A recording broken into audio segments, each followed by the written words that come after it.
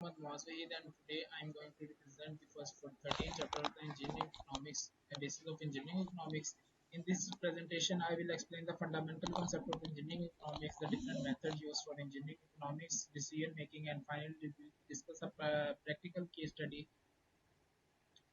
What is engineering economics? Before discussing this chapter, let's first understand the engineering economics actually means. Engineering economics is the collection of techniques that help engineers compare different alternatives based on their engineering values. It does not create alternatives. Instead, it helps us to choose the most economical option from the alternatives that already exist.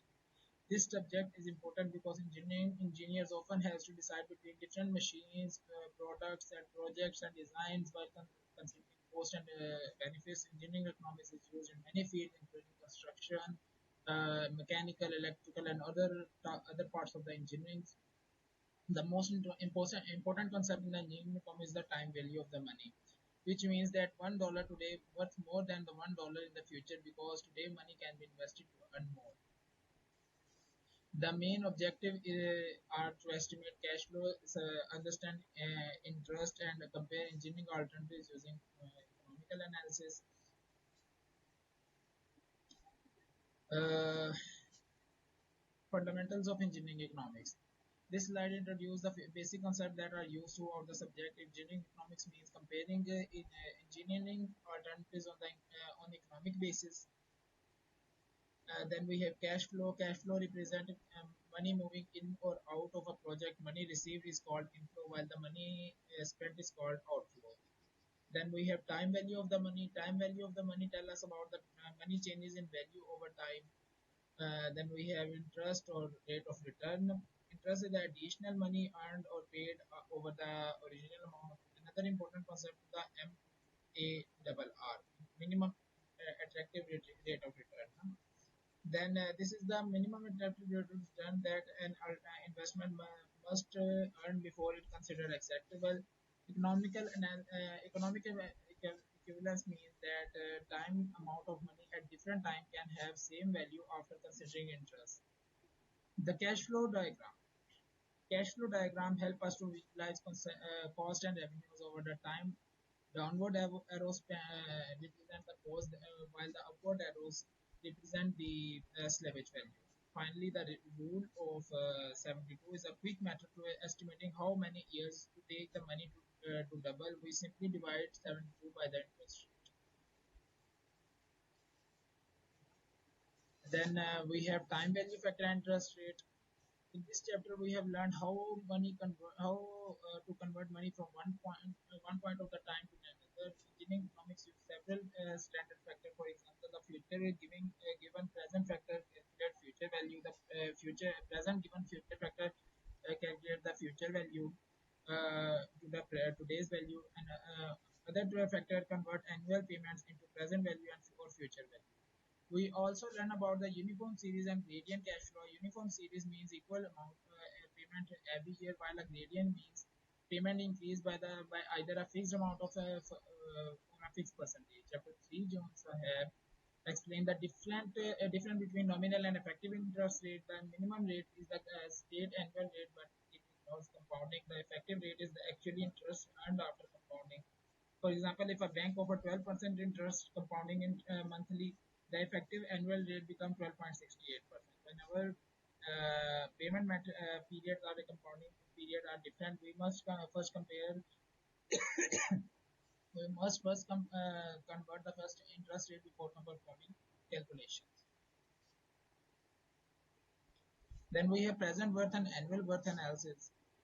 The first method is the present worth analysis. In this method, every future cash flow is converted into present value. After converting everything to today's value, we compare the alternatives chosen for the highest present value worth and the lowest present cost. Second method is the annual worth analysis. Instead of converting everything to today's value, it converts all the cost revenue into the equal annual amount. This method is especially useful when comparing alternatives with different lifespan because it does not require equal study period. Although these methods are different, when they are applied correctly using the same interest rate, they always lead to the same discussion.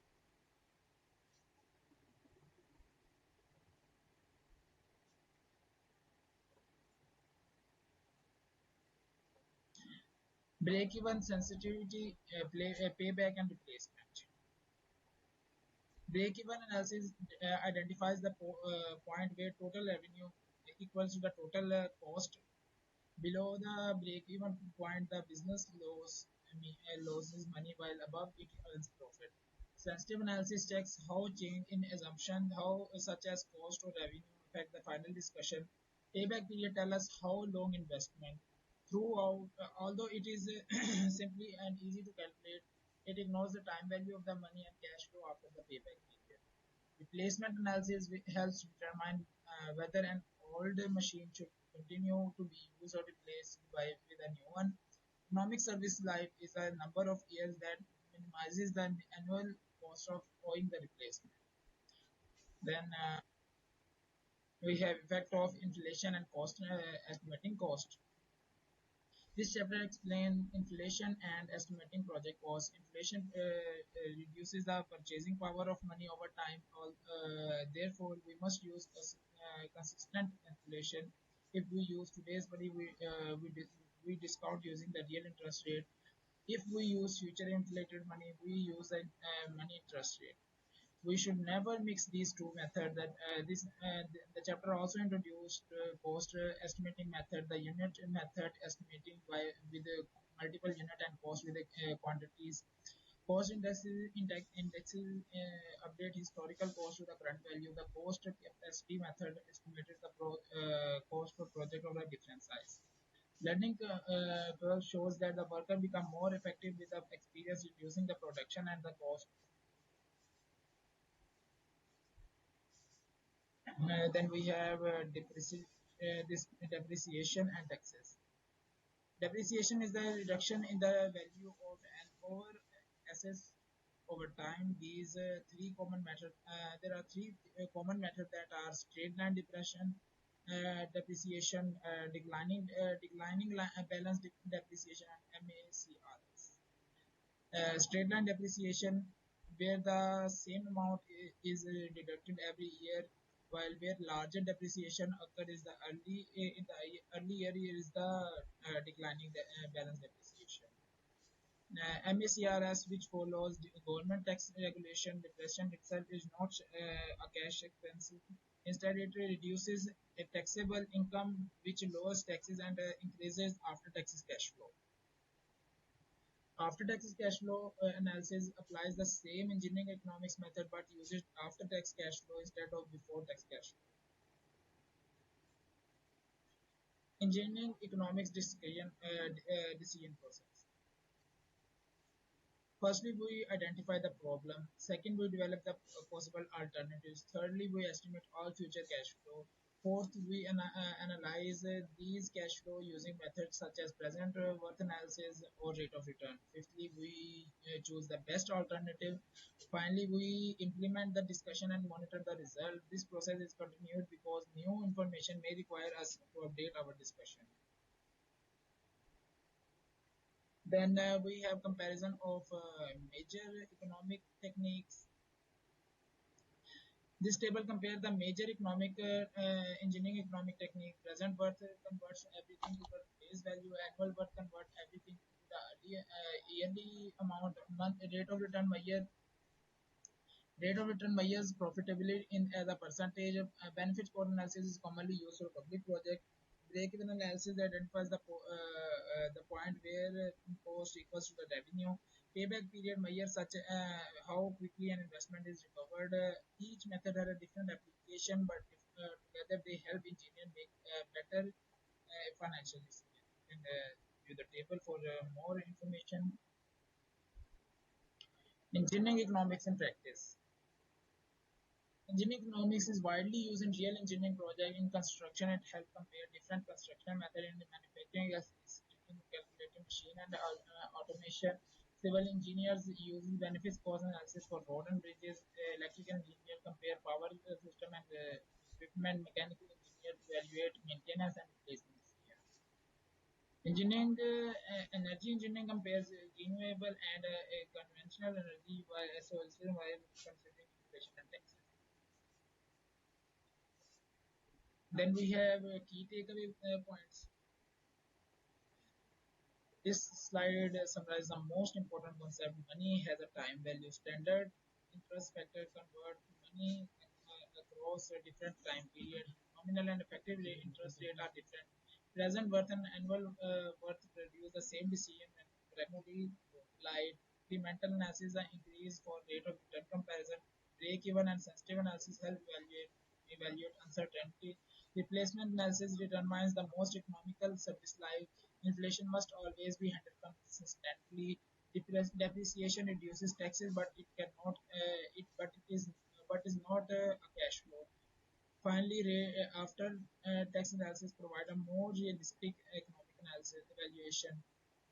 Then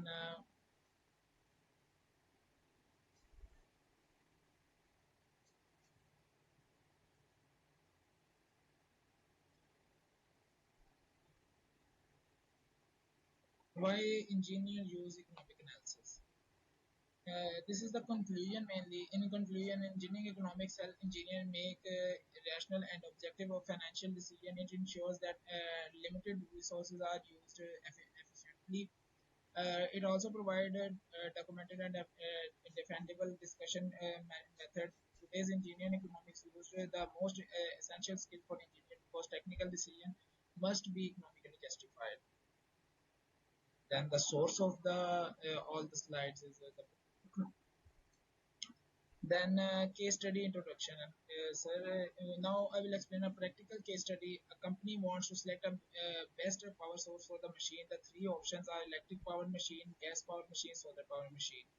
Each option provides the same value of service. Therefore, the comparison focuses only on the minimizing the total cost. The objective is to use a present worth analysis with a minimum attractive rate of return of 10%.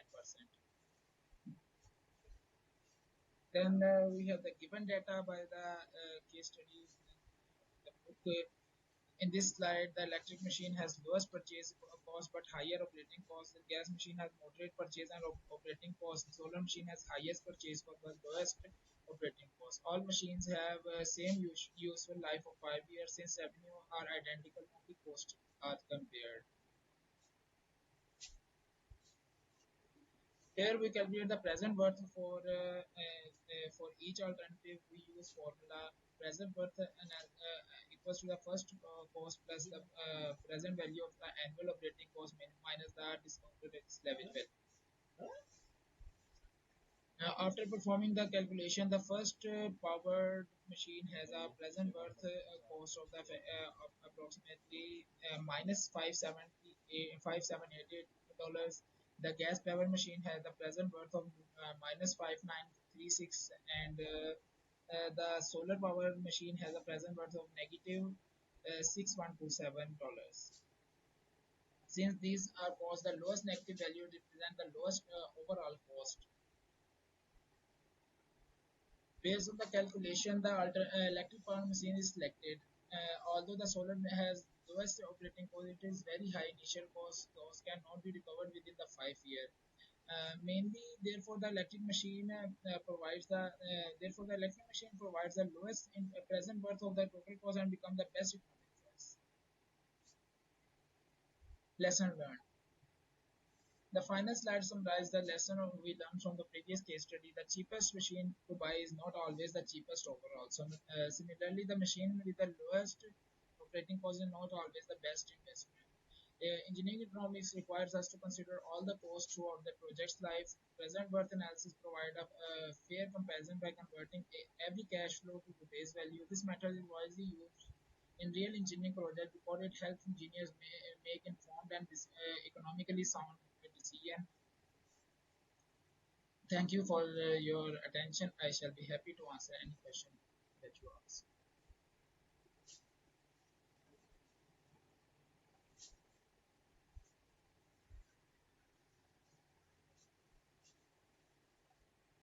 Assalamu alaikum.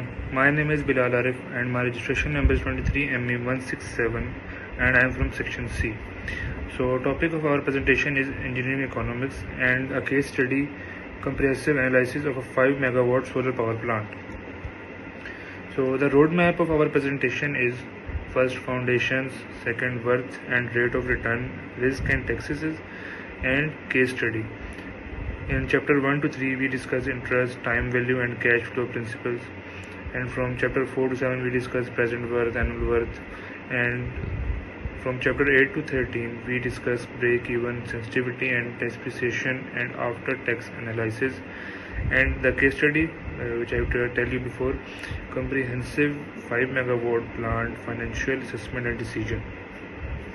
Okay, we move forward.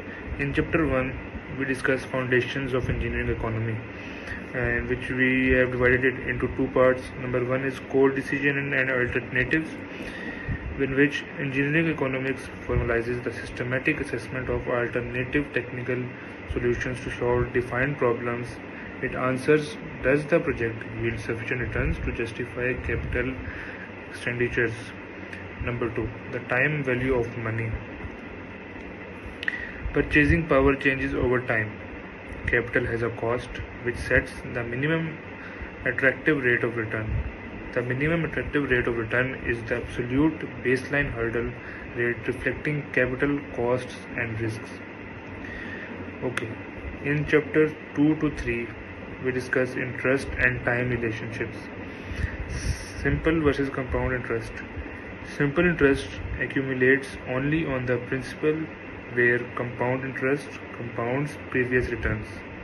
Engineering economics strictly employs compounding modules, in which we have a formula f is equal to p into 1 plus iota. F is equal to future value, p is equal to present value, and rate n is equal to periods. Nominal and effective rates.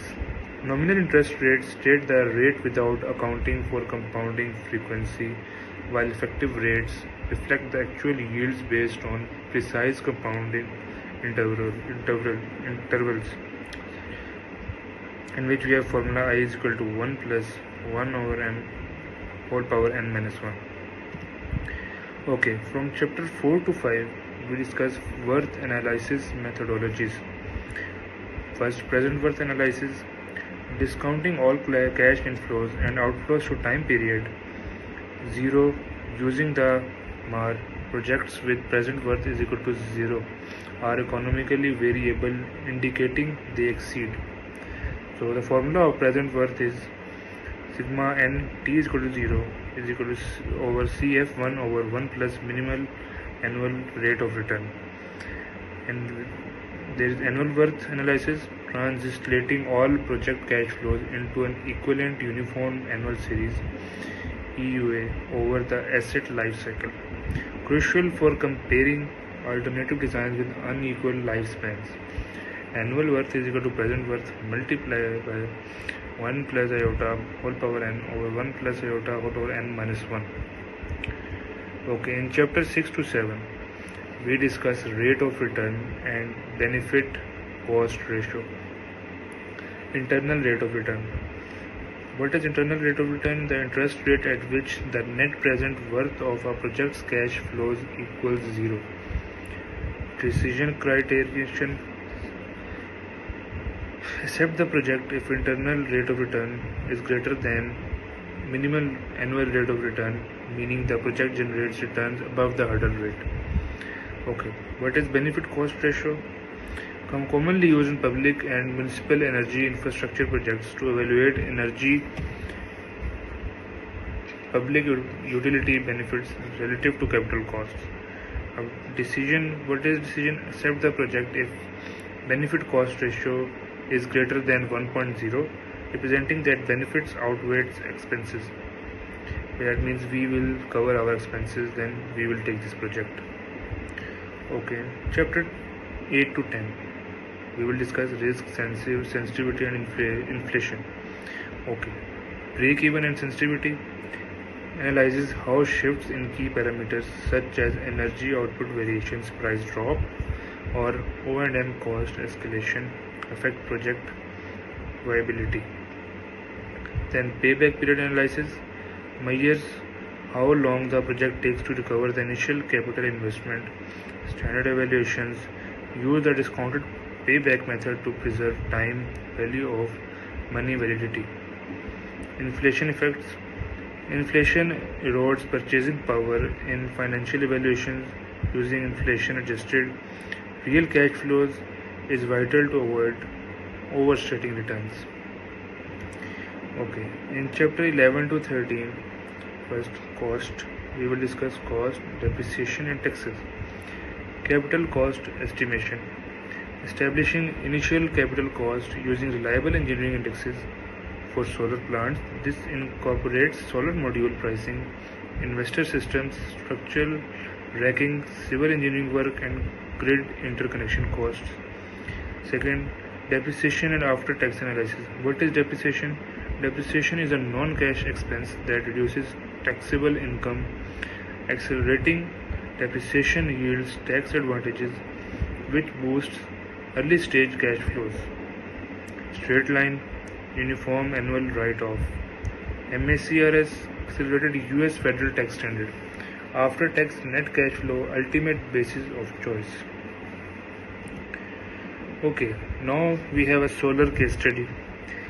5 megawatt solar power plant, a utility scale solar farm designed to generate clean, grid connected, renewable power under a long term power purchase agreement PPA.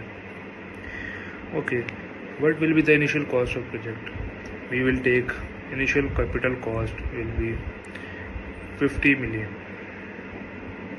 or means 5 million, sorry, which is 50 lakh dollars. And what will be the life cycle? The operating life cycle of this project will be 20 years. And what will be the annual operating revenue? The annual operating revenue will be $700,000. The annual O&M expenditures, it will be around $100,000. And what will be the system salvage value? It will be $500,000. And baseline hurdle minimal annual rate of return will be 10%. So this is our case study in which we will discuss further about. Okay, first, financial analysis, worth calculations. We will calculate the financial analysis. What will be the capital cost, gross revenue, O&M cost, salvage value.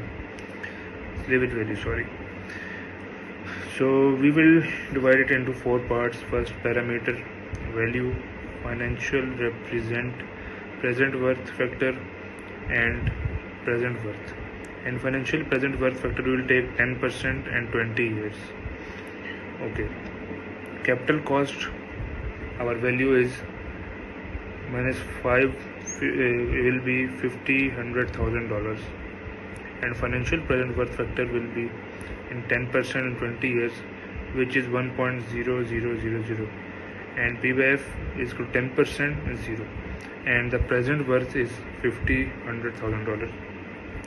So what will be the gross revenue? The gross revenue will be plus $700,000 per year, and the financial present worth factor 10% according to 20 year is 8.5136, and present and annual worth is 10% and 20 year. And what will be the present worth? Present worth will be $5,959,520. And what will be the OM cost? It will be, we have taken it $100,000 per year. So financial present worth factor will be 8.5136, 10% and 20 years according to 20 years. So what will be the present worth? Present worth will be $851,360, and salvage value, it will be $500,000 per year. So what will be the financial present worth factor? It will be 0.1486, and the present worth is $74,300. So net analytic outcomes is net present worth will be minus $5 million plus $5.96 million minus $0.85 million plus $0.07 million, is which will be equal to $182,460. If gross revenue is evaluated as the net operating cash flow, then it will be $1.03 million. Annual worth will be plus $121,432 per year if net asset inflows of 700,000 are modeled. Okay, financial analysis 2, internal rate of return versus minimal annual rate of return benchmarks. So project internal rate of return will be 13.5%. It will be accepted, and hurdle rate, which is minimal annual rate of return, it will be 10.0% minimal annual rate of return. And what will be benefit cost ratio? It will be 1.21 B by C ratio, which is greater than 1.0. So we can accept this project. So this project offers internal rate return of 13.5%, comfortably surpasses the 10.0% minimal annual rate of return constraint, validating its economic viability. Furthermore, a BC ratio of B by C ratio 1.21 confirms that for every dollar invested, the system generates $1.21 in present value utility, which is a good sign. Okay, sensitivity analysis and payback period. On how much period we will get our payback which we have invested. So, according to this project, we have a 7.1 years time of payback. The system breaks even in year 8, 7.1 years discounted payback. This time is highly favorable for an asset with a 20-year operational warranty. If our project is going to work for 20 years and we are getting our payback in 7 years, then we will get a profit in next 13 years. Resource resiliency. Solar generation is protected against fuel price shocks. Sensitivity checks prove that even a 15% drop in solar irradiance still keeps the project above hurdle margins, which is a good sign for it. O&M cost containment. Operational costs are highly predictable even with O&M costs escalating by up to 25%. The project remains viable and cash flow positive. Okay. Final decision: accept project. The final decision is we will accept project. Why? Rigorous applications of Chapter 1 to 13 frameworks proves that 5 megawatt solar power plant is economically feasible, structurally robust, and environmentally sustainable. Financial return, internal rate of return exceeds minimal annual rate of return by 350 basis points. And resource advantage, inflation hedged revenue stream. Asset stability, 20 years operational life with minimal degradation. Let's partner to accelerate our energy transaction. So, according to all these things we have discussed before, we will accept this project because in this we will get our payback in. Assalamu alaikum. My name is Muhammad Abbas and my registration number is 23ME171. So today I will be discussing about that what are the tools of which we learn in engineering economics. So today I'll walk you through two tools which are present worth and annual worth, and then we'll use it in a solve a real machine buying decision. Let's get started. So we'll move to the next slide. So now I will be telling you tools which I will be using. So before I start, here are the four tools I'll be using today. Present worth brings all future money back to today's value, like asking, what is this whole deal worth right now in today's money? So next there is annual worth, which spreads that same value evenly across every year, like turning a big one-time cost into a fixed yearly installment. And then comes the annual worth, uh, and then comes capital recovery. So what is it? So capital recovery is the math trick behind annual worth. It tells us how much we must set aside each year to pay off the machine and still earn a fair return. And then comes equal service LCM. And like when two options run for different numbers of years, we stretch both to the same total number of years, so the comparison is fair. And then comes the main agenda in the next slide. How this segment is structured and how I will tell you. So my presentation has two halves. First, the theory, what present worth and annual worth mean, and how the formulas work. Second is a real case. Should a company buy a new machine or keep its old one? Time value of then comes the time value of money and cash flow diagrams, which I will be telling you. So money today is worth then more than the same money later. So because if I have it today, I can invest it and it grows. That's why we use an interest rate called MARR, like minimum attractive rate of return. Simply, the return our company expects to earn. To track our company, to track money over time, we draw a simple picture called a cash flow diagram, just a timeline. Down arrows are the money going out, buying the machine, yearly maintenance, and the up arrows are the money coming in, resale value at the end. And the points at the diagram, the big arrow at year zero is the purchase cost, the small arrows every year are maintenance, and the arrow at the end is what we get back when we sell it. So then we will move to the next slide, which is about present worth analysis, the main idea, the core idea. So now I will be telling about this thing. Present worth answers one question.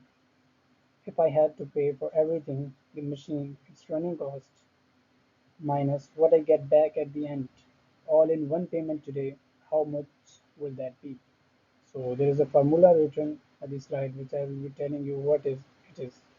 The formula is PW is equal to minus P plus A, P divided by A comma I comma N plus S, P divided by F comma I comma N. Don't worry about the letters. P is the price now, A is the yearly cost, S is the resale value, I is MARR, N is the years. The bracket terms are just textbook lookup values that convert future money into today's money. And there is a golden rule which I will be telling you. Like whichever option costs less in today's money is the better deal. But there's a catch. I will be telling you it in the next slide, which is about present worth.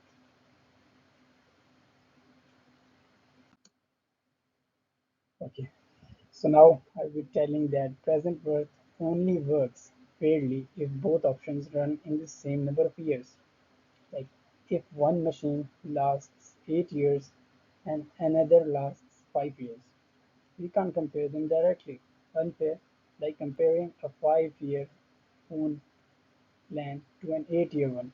So we stretch both to the same timeline, usually the LCM, lowest common multiple of their lives, and assume each option just repeats itself. This works but adds extra complexity, which brings us to tool number 2.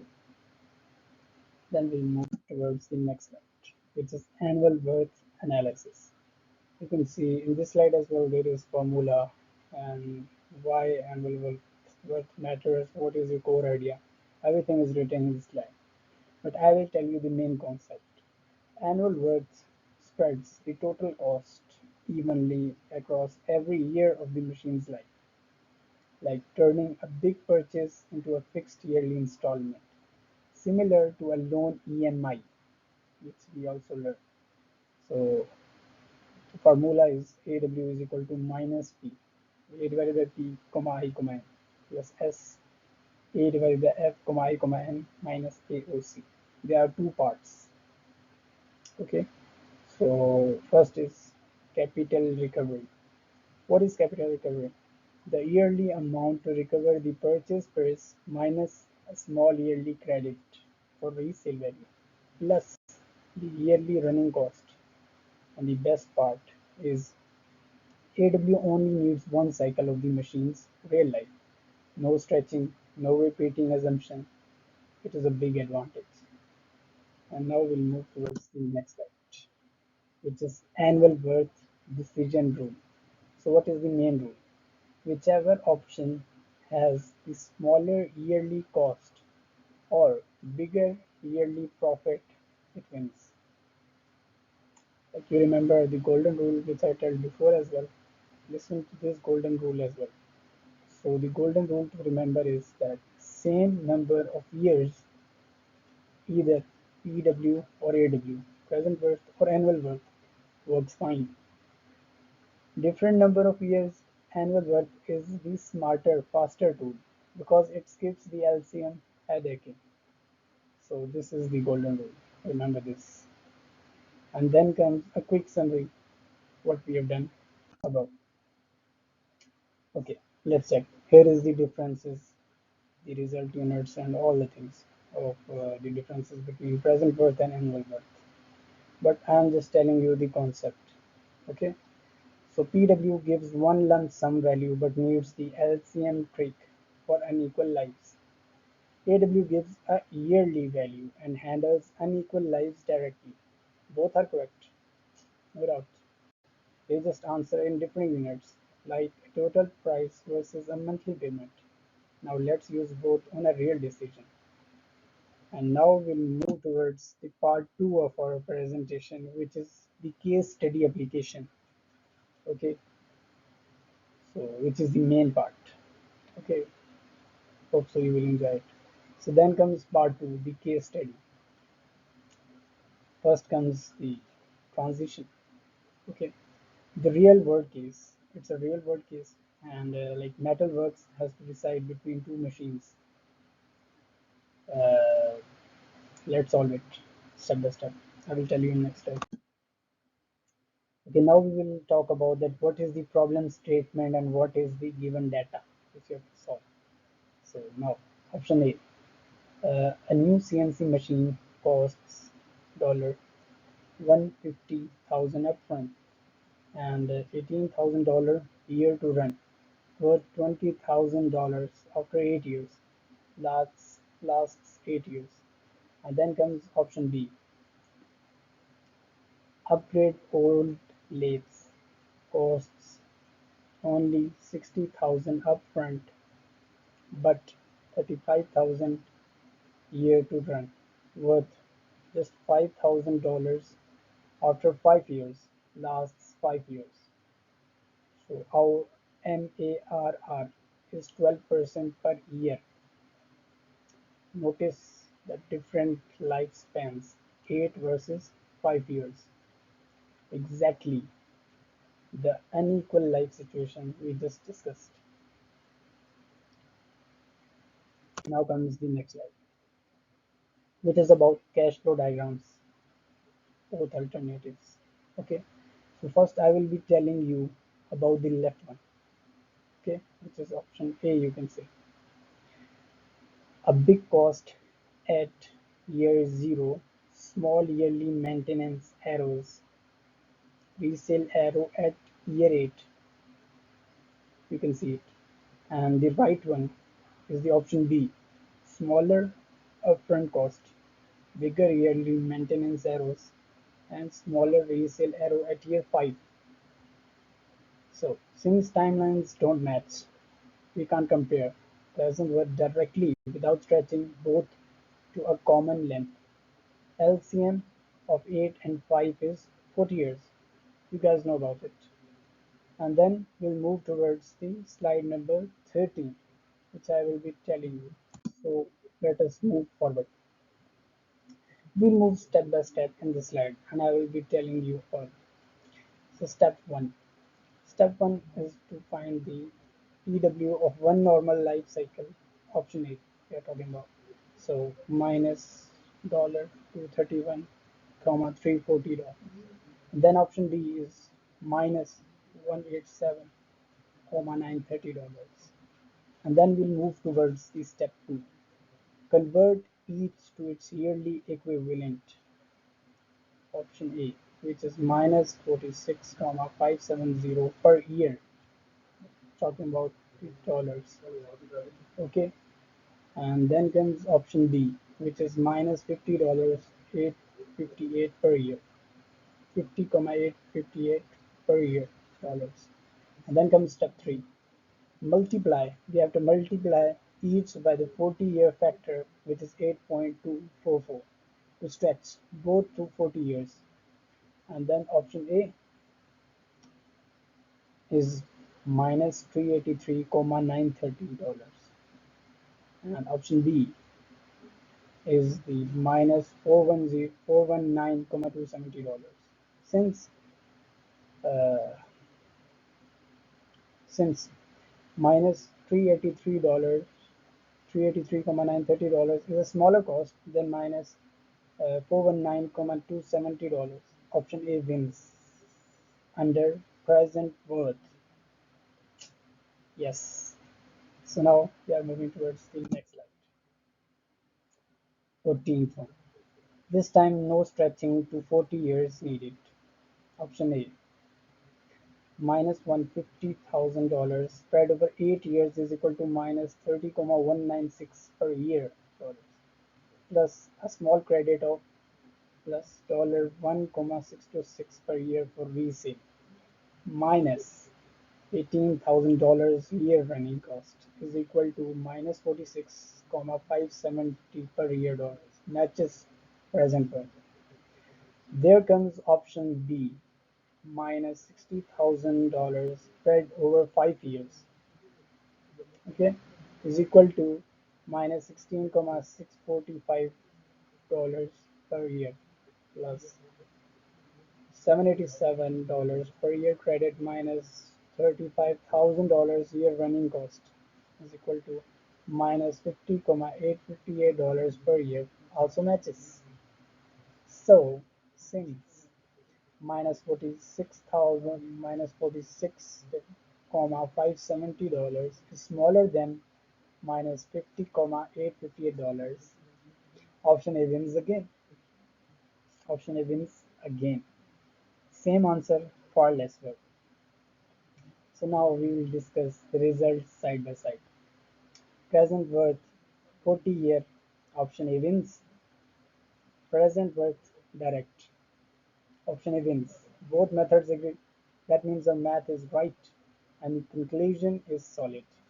This also proves the theory point for unequal lives. Annual worth gets you there faster without the LCM assumption.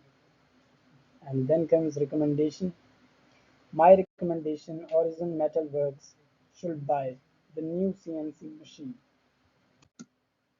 Should buy the new CNC machine. Okay. Even though it costs, let's check us the cost. Okay. It costs more upfront, 150,000 versus 60,000. Okay. It's much lower. It's much lower running cost, saves about 4,288 per year in equivalent terms. Three reasons. There are three reasons for this. Lower total cost overall, better long-term value over its 8-year life, and it's backed by two independent methods agreeing with each other. So just actually I was telling you. So actually I'm giving you the concepts, not just reading the slides. So I don't need to sometimes change the slides. Okay, I forget to just change the slides. So in next, let's move to next slide, which is practical professional outcome. Okay, I will tell you the practical outcome. Okay, in real business terms, finance can plan for one predictable $150,000 purchase every 8 years. Operations save time and labor because running cost nearly is half.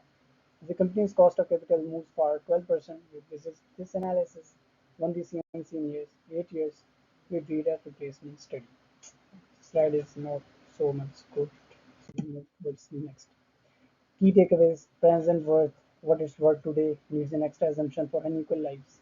Annual wealth, the equivalent yearly cost, handles the unequal lives on its own. Here both agreed. CNC machine is a smarter bet. Okay, that's engineering economics. Like turning numbers into a confidence business decision. That's it. Thank you. And then I will talk about the last slide, which is about references. So my reference, the engineering economy textbook by Blank and Tarquin, and the case figures built for this presentation. That's it. Happy to take questions, but there is no one. So thank you, sir.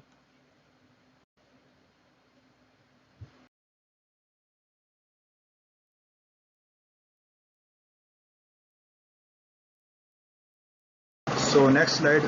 Now we will discuss about the making economic decisions. We begin with the chapter 1, which establishes the foundational bedrock of the engineering decision. Economic analysis isn't about guessing, it's a structured three-step process. Okay, in first we must define the objective. We have the isolate true technical problem while recognizing explicit capital and regularity boundaries. Second, we develop the alternatives. A common amateur mistake is comparing only two active options. A true professional frameworks always incorporate a diverse set of pathways and including the baseline do nothing alternative. Finally, we select the criteria. We don't just choose what look easier.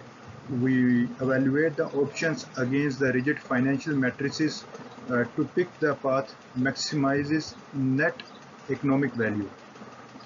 So now we are going to our next slide, in which we will discuss about the cost concepts and the estimation, in which before we can run complex calculations, we must understand the nature of the cost. Chapter 2 break them down into a vital classification. First, we distinguish between a fixed variable and a variable cost. Fixed cost like land rent on or insurance stay flat regardless of factory throughput. Variable cost scale directly with production volume. Next, with sunk cost, they represent cash already spent in the past. Psychologically, humans struggle with this, but economically, sunk costs are completely irrelevant to the future-focused engineering decision, right? We contrast this opportunity cost, the implicit loss of picking one of project over the next best alternative. On the estimation slide, we use a segmenting model to estimate complex plant layout part by part, or the power sizing model, which utilizes the exponential curves to scale historical baseline to fit the new equipment sizes. Now further we will move on into the next slide, in which we will discuss about the interest and the equivalence. This is about the chapter 3. Chapter 3 introduces the engines that drives all the financial mathematics, the time value of the money. A dollar is worth more than a dollar tomorrow because of earning potential. So this brings us to concepts of equivalence. Equivalence exists when distinct sums of money at different points in the time hold the exact same financial value under a designated interest rate. While simple interest only charges against the initial principal, industrial engineering economics relies almost exclusively on the compound interest, which calculates returns on both the principal and the accumulated unpaid interest from the periods. As you can see in the formula block on the slide, with standard signal payments factors future worth given the present and the present worth given future worth to smoothly slide the cash flow back and forth across a timeline. Now moving on into the next slide, we will further discuss about the repeated cash flow and the series. This one slide is quite important because we will discuss in this about the formulas. So the real world engineering projects rarely deal with just a single cash flash. They deal with ongoing streams. Chapter 4 tackles this series. The most common is the uniform series, where an identical payments occur at the end of every period for n periods. Crucially, when calculating the present worth of an annuity, the mathematical convention places P exactly one period before the first cash flow occurs. Beyond flat uniform series, we look at arithmetic gradients, where the cash flow increases by a fixed dollar amount each year, and a geometric gradients, where they increase by a compounding percentage. Lastly, we evaluate the permanent assets like dams, bridges, municipal utilities, and capitalized costs, the modes of an infinite series where the time stretches to the infinity reduces our present worth formula to remarkably elegant equation P is equal to A over iota. Now moving into the next slide, we discuss about the present worth analysis. This is also a quite important topic in which now let's look at how actually choose projects. Chapter 5 focuses on present worth analysis. So for stand-alone project, the rule is simple. If the net worth, present worth is minimum attractive rate of run is greater than or equal to the project is cleared for execution.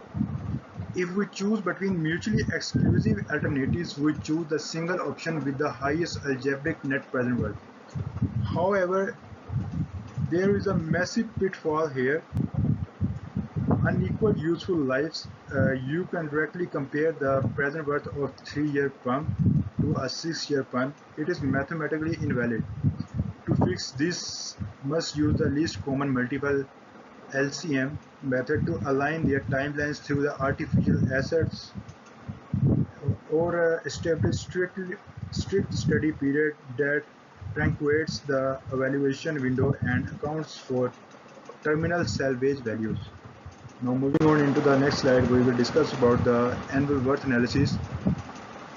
So let's look at chapter 6. If the timeline adjustment of present worth seemed, chapter 6 offers the antidote and annual worth analysis. Annual worth resolves the unequal dilemma completely via repeatability assumption.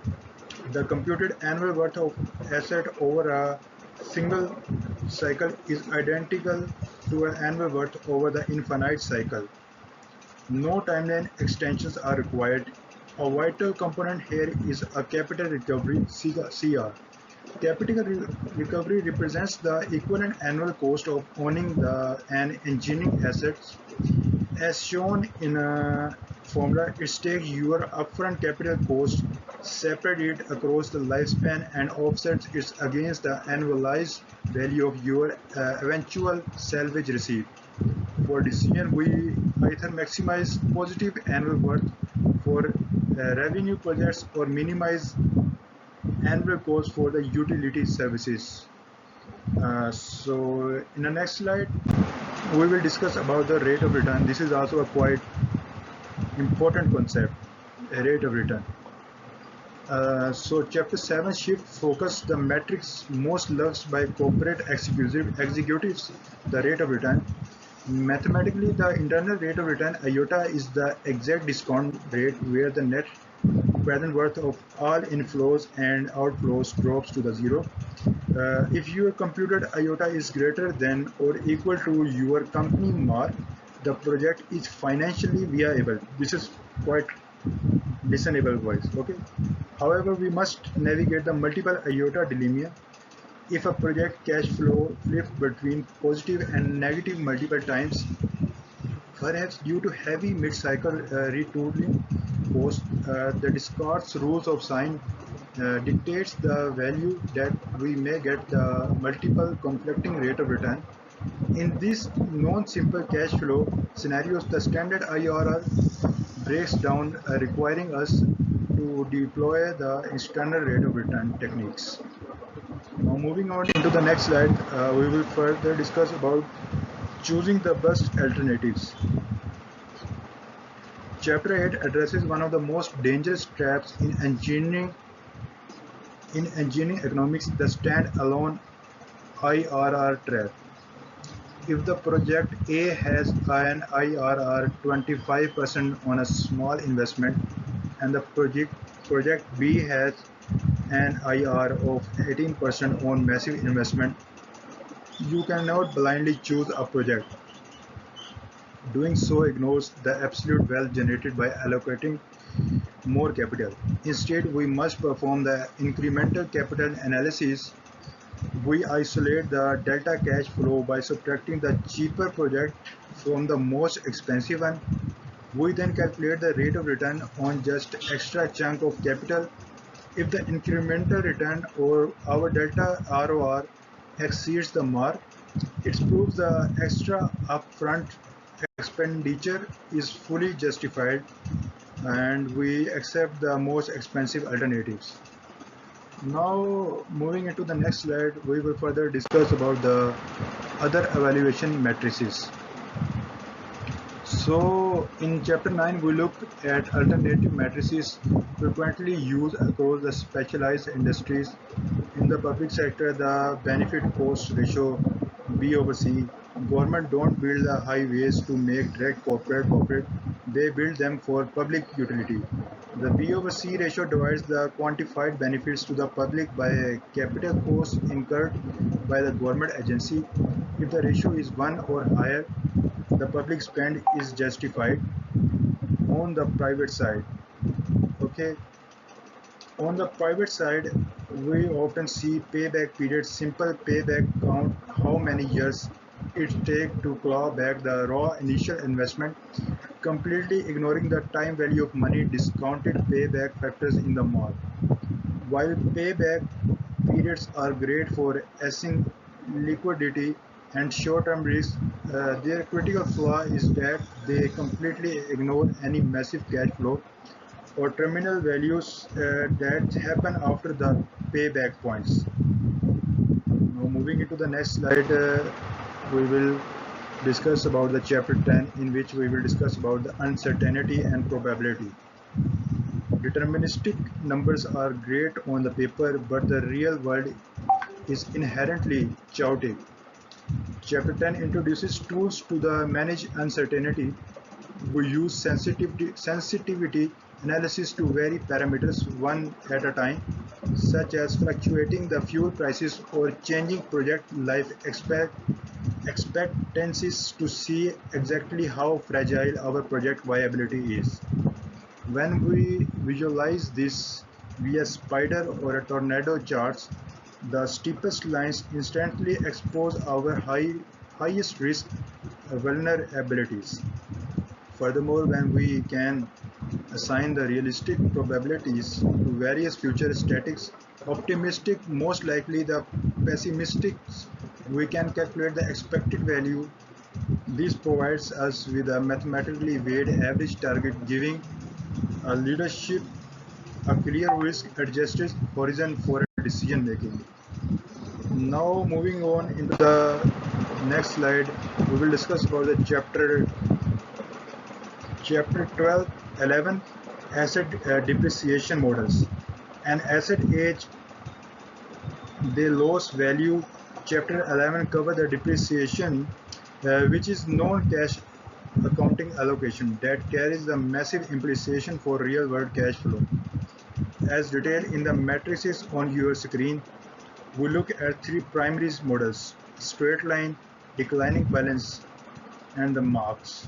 Straight line distribute the depreciable asset base uniformly across its lifespan. Declining balance accelerate the write-offs by applying a fixed percentage to the asset remaining shrinking book value of each year. Finally, for actually tax reporting in the United States, we utilize MACRS, the Modified Accelerated Cost Recovery System. The MACRS assumes a terminal salvage value of exactly zero and dictates precise percentage table based on designated property classes, maximizing early stage tax write-off for businesses.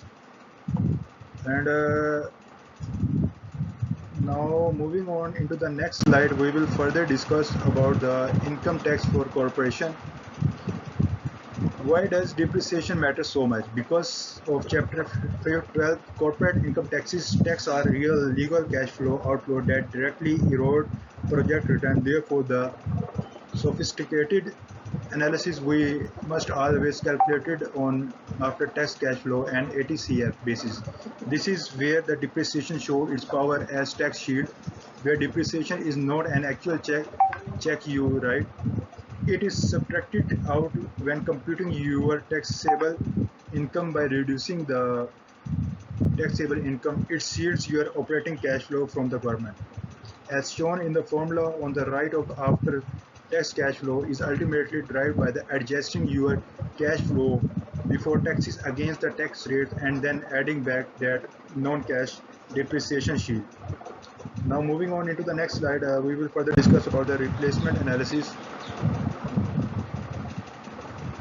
We conclude with the chapter 13, replacement analysis. This framework answers the ultimate life cycle engineering question: should we keep operating what we have or replace it right now?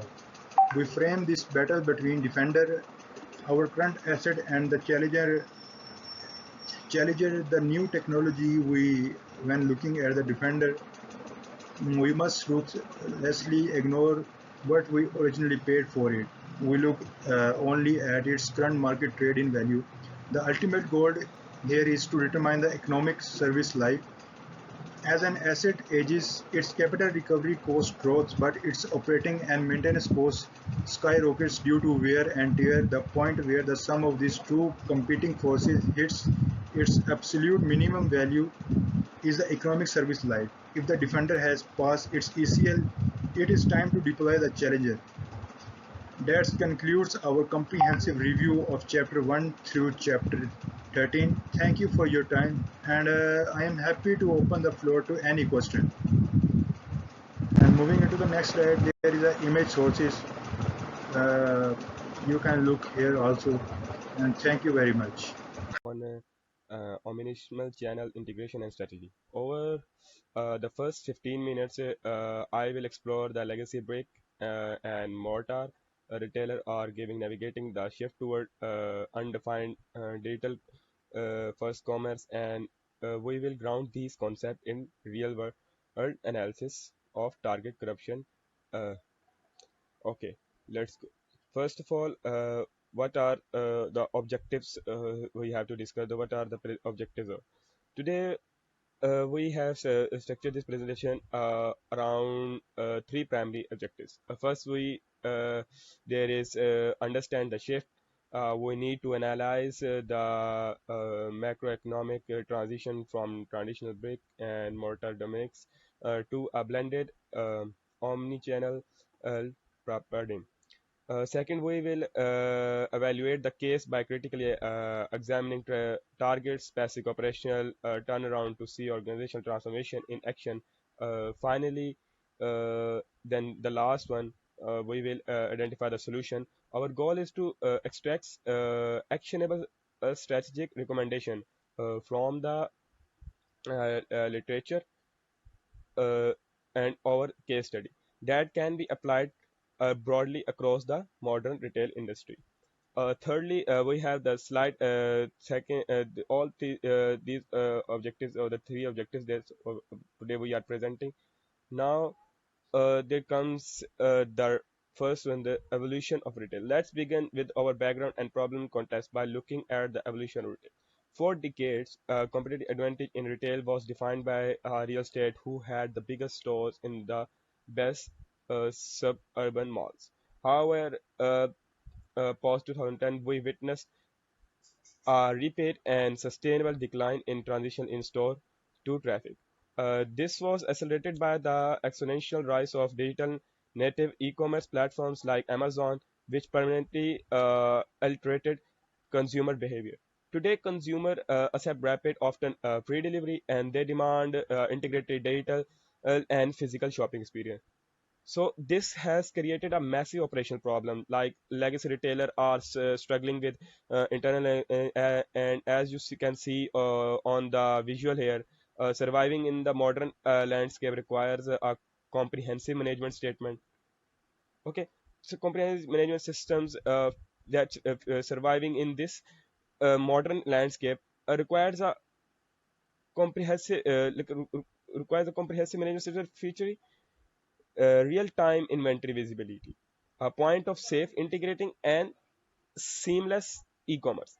Okay, seamless e-commerce connectivity. Without these modern pillar transition retailer risks obsolescence. Okay, then there comes the adapting of omni-channel demands. Okay, this brings us directly to our formal problem statement. Why is this transition so difficult for traditional retail? The answer lies in two major structural hardware operations lies and fulfillment inefficiencies. Historically, transitional enterprises were fighting modern digital war using analog infrastructure. Their systems were built in silos. Disconnecting inventory management system meant they are retailer will frequently experiences stockouts on their websites, while their physical store across the country simultaneously held excuses depreciating inventory sitting on sleeves. Furthermore, trying to fulfill individual online order from massive centralized religion warehouse proved exceptionally costly and far too slow to compete with the rapid shipping time offered by digital native rivals. Okay, the core problem wasn't a lack of customer demand; it was inability of physically fulfill that demand profitably across multiple channels. Then become the theoretical frameworks. To understand how leading organizations solve this problem, we must review the academic literature. Our research lies on three foundational management theories. First, binary resource-based view or RBV. In a retail context, RBV suggests that rather than viewing physical stores as expensive financial liabilities, retailers should leverage them as rare, hard to replicate hyperlogical logistic assets. A pure pay digital competitor cannot easily replicate thousands of physical buildings situated within 5 miles of 75% of population. Okay. The second is omnichannel scenery. There, the pioneer by researched situated research like Verhoeven. This concept emphasizes blurring the lines between isolated sales channels to create a singular emphasizes frictional consumer or experience across all touch points, whether a customer shops via an app or desktop or in a physical asset. Okay. Finally, we apply Rogers' innovation diffusion theory, which provides a roadmap for how enterprise organization can rapidly adopt, sell, and integrate new enterprise software across a vast geographically dispersed operational network. Okay, now with this theoretical foundation established, let's transition to our case study to see these concepts in practice. Then they come to our case study is a masterclass in bridging digital commerce with physical retail footprints. Okay, and they comes first of all they come to the target case study. About for our case study analysis, we selected target corporation and target represent a masterclass in bridging digital commerce with a massive physical retail footprint, successfully transforming a legacy big box retailer into a alike omnichannel powerhouse. Okay, then examine investing in core. Let's examine Target strategic pivot in 2017. Target announced a bold $7 billion capital invest to modernize its strategically business. At the time, industry analysts advised transition retailer to close physical stores and pumps money into stand-alone mega warehouse to mimic Amazon. Target defined conventional wisdom, applying the resources-based view. They choose to place their existing physical store at the absolute center of their digital strategy. By modeling hundreds of locations, they dedicated significant backroom space, trained personnel to handle online order fulfillment directly from store inventory. They realize their physical store are actually their greatest supply chain weapon. Okay, then become data analysis and key transformation matrix. Okay, this is the detailed revenue growth chart that show the data analysis and key transformation matrix. The data validates the brilliance of this uh, strategy. You can see that how this strategic pivot catalyzed exponential digital revenue growth, particularly between 2020 and 2022. Their decentralized fulfillment model proved immensely scalable when e-commerce demanded surged. Then moving to the next, you can see that there's a dramatic code reduction, 80% order fulfilled locally. This shows that move looks operational metric. Today, our analysis revealed that nearly 80% of all digital orders placed on target platform are fulfilled directly by local physical store rather than traditional upstream warehouses. By leveraging local inventory and that drastically reducing last mile shipping distances, Target successfully reduces its digital fulfillment cost per order by approximately 40%. This fundamentally fixed their e-commerce profit margin and proved that omnichannel scenario creates real financial value. Okay, then they come the hurdles in implementation. Of course, this transformation did not happen without significant operation challenges. Okay, so we have outlined the three major hurdles Target faced during implementation. First was there comes overhauling. First, there comes the overhauling logistics. Target had been transitioned its supply chain from bulk pallet distribution, shipping large cases of products to store, to single item piece uh, picking in processing legacy software and replace it with real time cloud based inventory APIs. Without real time accuracy offering, store pickup would lead to massive customer dissatisfaction. Finally, they face immense market. The second, they come IT infrastructure. They had to rip out outdated batch process legacy software and replace it with a real-time cloud-based inventory APS, where without real-time accuracy, offering store pickup would lead to massive customer dissatisfaction. Finally, the faces is the market competition, fending of aggressive pure play digital rivals while simultaneously rebuilding their internal operation mid-fight. Then come the store as hubs model. To overcome these hurdles, Target executed three decisive solutions, creating what we all the store as hub model. First, they deployed proprietary in-house inventory visibly software, giving employees and customer exact real-time data on stock level across all nodes. Second, they launched. Second, they launched and rapidly scaled their uh, uh, curbside pickup service brand as Drive Up, allowing customers to receive digital orders in store parking lots within minutes.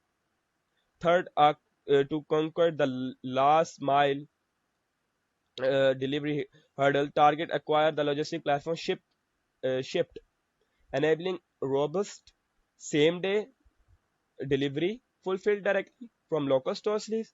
They also altered physical layouts, creating separate fulfillment workflow, or so digital picking did not disturb in-store shoppers. Then we have that come the lesson that uh, we see that uh, here are the lesson. What lesson can the border retail industry learn that targets turn around? There are three key ways. Number one, leverage your physical assist. Physical footprints should be viewed as strategic hyper-local logistic advantages, not expensive burden in the digital age. Number two, software is core. A real-time accurate data visibility across all nodes is non-negotiable. IT investment must match physical infrastructure investment, and third,